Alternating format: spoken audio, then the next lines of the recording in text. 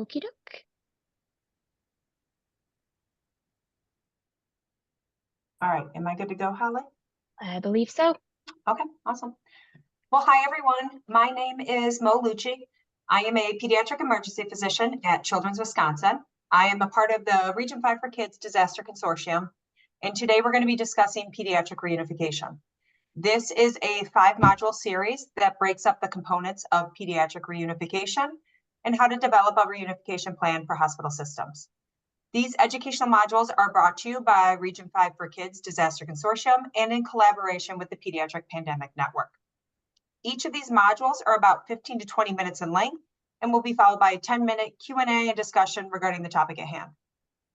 The modules will be recorded so that they can be viewed by the participants who are unable to attend today's presentation.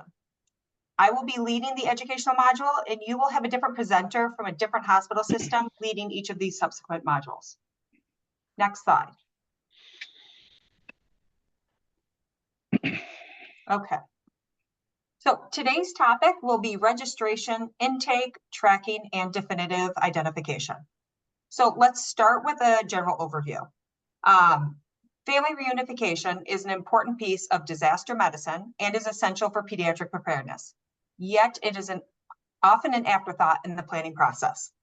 So reunification, it may seem hard to get a handle on this. It takes some time. You need to sit down and develop a plan. And there are other components of disaster planning that sometimes require our attention more immediately.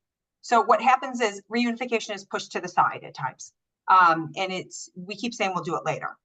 But it's such an important piece of our disaster plans. We need to ensure that the patients that come to us are safely and efficiently reunited with their families. And there's a lot of moving parts with this, so having this plan is actually very important. These modules will help us step by step to get all these pieces together. In order to lead a successful disaster implementation and coordinated family reunification, there needs to be forethought of supplies and strategy, and I would also say space prior to the event happening. This module will go through the pre-work necessary for reunification efforts, as well as a process of implementation during the event. And as we said before, this is with Region 5 for Kids and Pediatric Pandemic Network. Next slide. So these are the 4 elements that we'll be talking about today. For registration, we will be discussing the use of EMR systems and paper charting and what pitfalls may occur with either of these systems, and ensure that both systems are developed for your planning. For intake, we will discuss the important descriptors that are needed to help with the reunification process, to review templates that you can use for intake, to provide you with resources for intake forms, and to discuss the use of photography as an adjunct for identification. For tracking, we will discuss the utility of wristbands, using ambassadors, as well as charting for your tracking needs. And finally, we will touch upon the process of definitive identification and the transition of care. Next slide. So, electronic medical records are useful for ensuring the tracking of patients throughout the course of a hospital stay. When you have a large-scale disaster, you may have electricity failure. You could have loss of your internet. You could have EMR overload. All of these can lead to complete loss of electronic medical systems. Furthermore, your EMR systems, they do require some training. If you're going to be using a disaster model, you need to have some reviews of the system. You need to also ensure that your staff members can successfully use it during an event. So taking into consideration, disaster mode has nuances, and there has been a high turnover of staffing in the healthcare world. So you need to make sure all those, you have some checks and balance with that your team knows how to do this and that we can do it successfully. If you are unable to do that, you need to have a plan B in a disaster. If any of these fail, whether it is a staffing issue or it's our actual EMR system, that plan B should be a paper charting system, a simple paper charting system that anyone on the team can utilize. So you should have, every hospital system typically has some type of backup paper charting available. But what we want is to have a specific specific bin that has easy to fill in paper registration that can be used in times of high stress on the hospital system. And these forms can then follow the patient to ensure that we have good flow of information when the normal processes have been disrupted. Next slide. So contact points. This seems like a bit of a silly point, but I think it's actually quite important for this. So when someone enters your healthcare facility, they need to be registered. In order for us to have any tracking of any of the patients, we need to register them from the moment that they step into our door. You can do this two ways. You can have a registration personnel at every point of entry of your hospital. When I think of that personally in my hospital, that could be through EMS. You're coming through the ambulance bay. That could be through the front door. That could be through the front door of the hospital that then gets you to a side door into the emergency department. That could be from a clinics that then brings you down to wherever that point of entry is. That's a lot of places to try to capture people, and that can be difficult to do if you have a high volume event that's occurring. Another strategy is to consider filtering all your patients into one entry point to ensure the organization and capturing of every person. Now, that will slow down your process of getting a patient into the system, but I think overall it helps you with organizing and making sure that every person has been registered, and that's such an important piece of this. When a person is registered, you need to make sure that any identifying information should be obtained from the start of this registration process. So often patients will have their clothes stripped down, but what clothes were they wearing here? If we need to identify, we need to have some of that information. Who brought them in? What EMS service? Which location did they come from? This is the point to get that, because later on in the course, this may be forgotten. We won't be able to get this information. So making sure that whoever's doing registration is able to obtain this information. Furthermore, some patients may be assigned a disaster pseudonym, and you need to make sure that this name is also put into your chart so that when you end up identifying the patient, the disaster name as well as the regular name can all be melded together and linked into the chart. Next slide. So intake. The use of an instant print camera or some easy photo technology within your EMR system really provides an important layer of identification, and it's strongly recommended to help with the organization and the ability to identify patients. This does not need to be a significant investment, but having the ability to just take a picture of a child or of clothing that they were wearing or some kind of identifying mark is very helpful to be able to take that, have some cheap film and a cheap camera there. You can tack this onto their paper chart, and this will go through the system with them and will be very important later when we're trying to identify. Next slide. So then we'll talk about the intake information. Intake forms are a really useful way to gather all the descriptive information that we need about them. And what you can do is this information can be organized into groupings, which can then decrease the burden of the possible matches to compare when you have a large scale reunification need. Logically, you would think that getting all this information is going to be very helpful on the intake form because you can make a more reliable match. A study was performed by Redmond, Charney, and Mazzara, and it showed that collecting the most useful identifying information is much more successful with your efficiency for speed and accuracy. So when you look at these criteria on the right side of your screen, knowing the age of the patient, and I don't need the exact age, but I need to know, are you an infant? Are you a toddler? Are you middle school? Or are you teenage range? What's your gender? What's your race? And what's your eye color? And eye color is as simple as, do you have brown eyes or are they not brown eyes? But using these groupings and making sure you have these descriptors can put people into different smaller systems so that the matching that you have to do is in a much smaller grouping. And that they have found is extremely efficient to help with your identification. Next slide. So then we'll talk about these intake forms and what other information do you want on there. So we looked through forms that were a bunch of intake forms across the country, looking at different hospital systems as well as organizations. And the descriptors that are on this page have been the most consistent items that we have found on your intake forms, and these may be helpful to determine identification. The lists here are solely to give you information of things you might want to use on your intake form. You can take what you want from it, but at least you have a lot of the information that you're seeing on most common intake forms. Next slide. Okay, here is the patient intake form that we have developed, and that contains a lot of that information that we had on the previous slide. This form can be downloaded if you click on that link at the bottom of this page. Please feel free to click on this, download it, edit it to whatever works for your reunification plan and for your healthcare system. What we're trying to provide is just making anything a little bit easier to get your plan going if you have some of this already templated, and then you can just make it into what works for you. Next slide. One more on these intake forms. Here are a few others that we wanted to highlight. There are a bunch out there if you just kind of Google around with a lot of forms, but these are all up for the public to use. And if you go through any on the right side, all of these should be hyperlinks so you can get to them. But these are a few examples of some template forms that you could also use to help design something. The first one comes from the Minnesota Department of Health, and I will say they have a wealth of information on pediatric planning, on surge, and has a great public website. So it's a good resource just to use overall.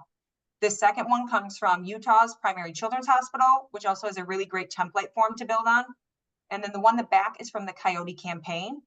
This one has a very detailed hospital planning guide, and that's also available online if you click on this hyperlink. And that one was made in collaboration with RAPM, which is the Western Regional Alliance for Pediatric Emergency Management, which is also one of the Pediatric Disaster Centers of Excellence. And there's a lot of really great information in there too. So use that as a resource if you need some extra information. All of these, again, should be linkable on from this module. Next slide. So now we'll talk about some tracking tools.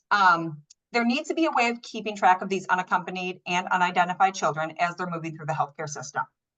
One very simple and cost-efficient way that you can do this is to just place a specific color-coded wristband on any child that comes in who is unaccompanied or unidentified.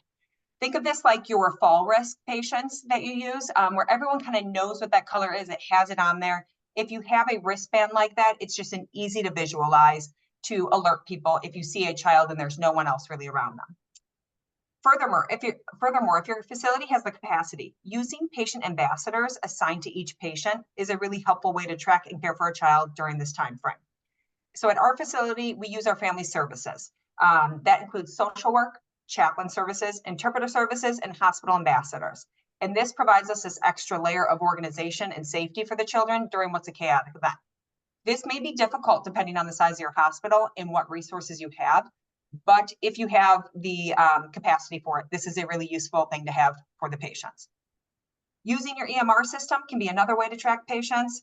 Epic has a simplified EMR mode for disasters, which kind of pares down some of the details that you do for your charting to just that bare minimum to make it easier when you really need to move through a high volume of patients. Juvari has also developed a detailed tracking system that allows for continued tracking from the field through the healthcare system, which kind of helps with those gaps that occur during the transitions from pre-hospital care to the hospital setting, and then from the hospital setting to reunification back to the community. So it really kind of helps you through those big gaps, which is where I think we see a lot of issues with transition of our information. One other way that you can help organize tracking is to embed QR codes into those paper charts. So we're taking kind of this old school method of the paper charts, but by just putting that QR code there, we can embed those paper charts back into the EMR system. That makes it a little bit easier at the back end of things to make sure all the information will still be there. Next slide. So definitive identification. Many hospital systems have a policy in place for confirming the identification and the appropriate placement of a minor. You need to reach out to your hospital for specific rules on this one.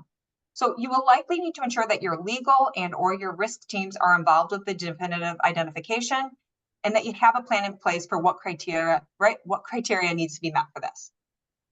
Definitive identification may be different based on the degree of the event.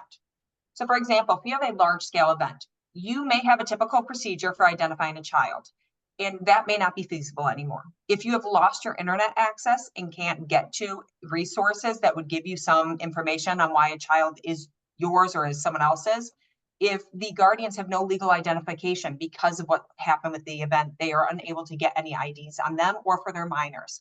They're unable to obtain photos of the minors, or you have an overwhelmed governmental child service or law enforcement because of this ongoing event. So those normal procedures may not work now in times of stress on the entire system. So understanding that, are there going to be changes to how you do identification? And furthermore, are there going to be delays in identifying because of this? The placement of minors to their guardians may take hours and up to days to ensure that no misplacement occurs. This needs to be transparent from the start of the reunification process. So when you start having adults coming in looking for these kids, making sure that is somewhere that is a very central to give verbiage to have signs up. This will take some time because it's going to take a while to get our typical means of identifying back in place. Next slide. If a child cannot be definitively identified and placed with an appropriate guardian, the hospital should have some plans in place to maintain care for children who do not require ongoing medical care, but may need to be there for a little bit longer. Preparation should be made for this temporary care prior to this actual event occurring, making sure that you have the supplies, the space, the personnel in order to accommodate these children. For minors unable to be reunited to the guardian, the state's Child and Family Services should be contacted for temporary custody of the child. Each state does that a little bit differently. That's something that you need to understand with whatever happens in your home state. Child Services will work with the local law enforcement to continue the reunification of minors with their families as we extend from hospital care back to the community. Next slide. Okay, so these are the resources that we use for today. All of these should be linkable to get to the places that we described earlier so that you can use those for extra resources. Next slide. And then what to look forward to for the next ones. So module 2, we will be doing the Hospital Family Reunification Center, Pediatric Safe Area, and Family Reunification Site. Module 3 will be information sharing, security concerns, and legal considerations. 4 will be plan activation and exercising, and 5 will be recovery. Next slide. Here are our references. Next slide. Here is our funding sources through ASPR. Next slide.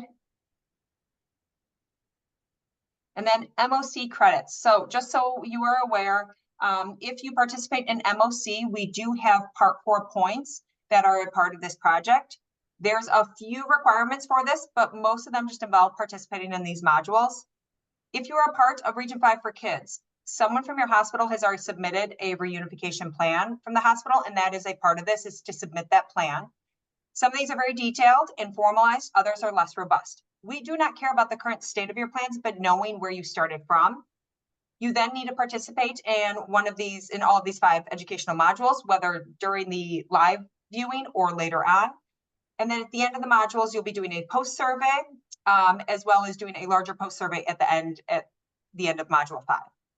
At the end of June of 2024, if you can submit to our team either your updated reunification plan or a document that states improvements to your plans that you have made or will be making, we can submit all of those, look those over, and then submit names for the MOC points. So if you have any questions about that, please just reach out to me. And Holly, I'm going to give it back to you. Awesome. Thank you. So as you all have hopefully joined the Menti using the code, if not, the QR code is there for you to join. Otherwise, if you could hop on to menti.com and use the code at the above screening. We just want to ask you a few questions just to make sure that these modules are representing what we are hoping it does, making sure the information is helpful, and just making sure that this is a tool that can be used for everyone. So if you could just take the time to do that real quickly.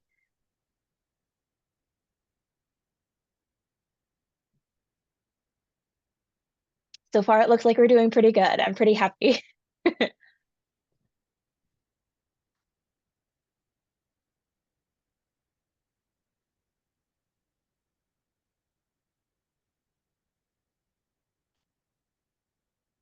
Awesome.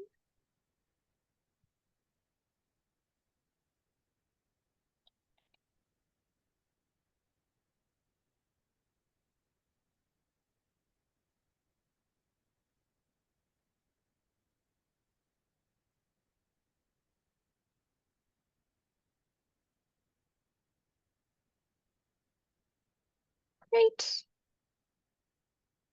Okay. Give it a few more for the stragglers, but as we are waiting for them, I will open up the Q&A portion. If there's anyone who has any specific questions, feel free to voice them now. Can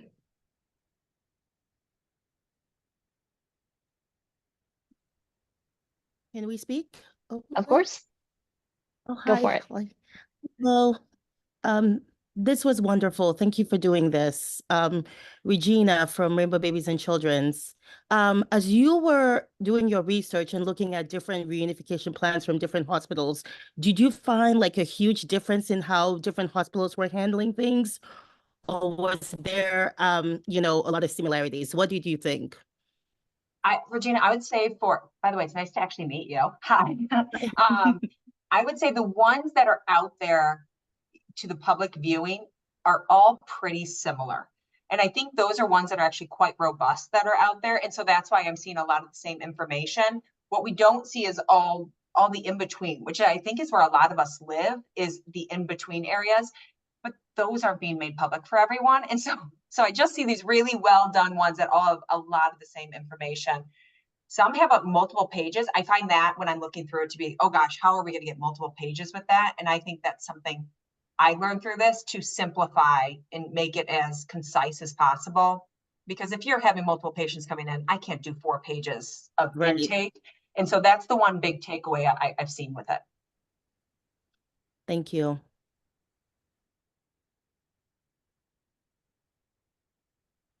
Can I ask a question for the group? This is Neetha from Children's Minnesota.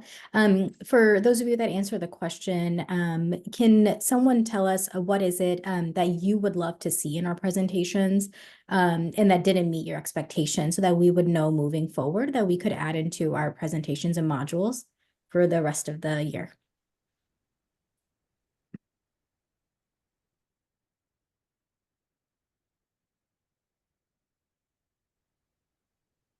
If you don't want to speak out loud, you can definitely send it to us and we'll look at it later too. It would be very helpful for us to see though as a team. Thank you.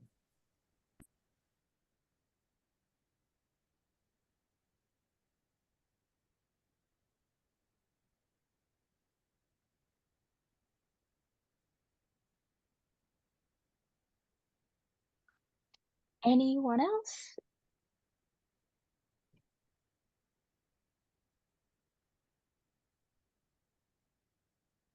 Will we get the PowerPoint resources presented? So after this, the asynchronous screen recording will be shared with you, the PowerPoint will be shared with you, and within the PowerPoint, that should have those embedded links that we are talking about, so you should be able to easily access and maneuver what you need to from there. However, if you are looking for more, please feel free to reach out to Mo or me, Mo or I, and we will always do our best to try and get you what you need.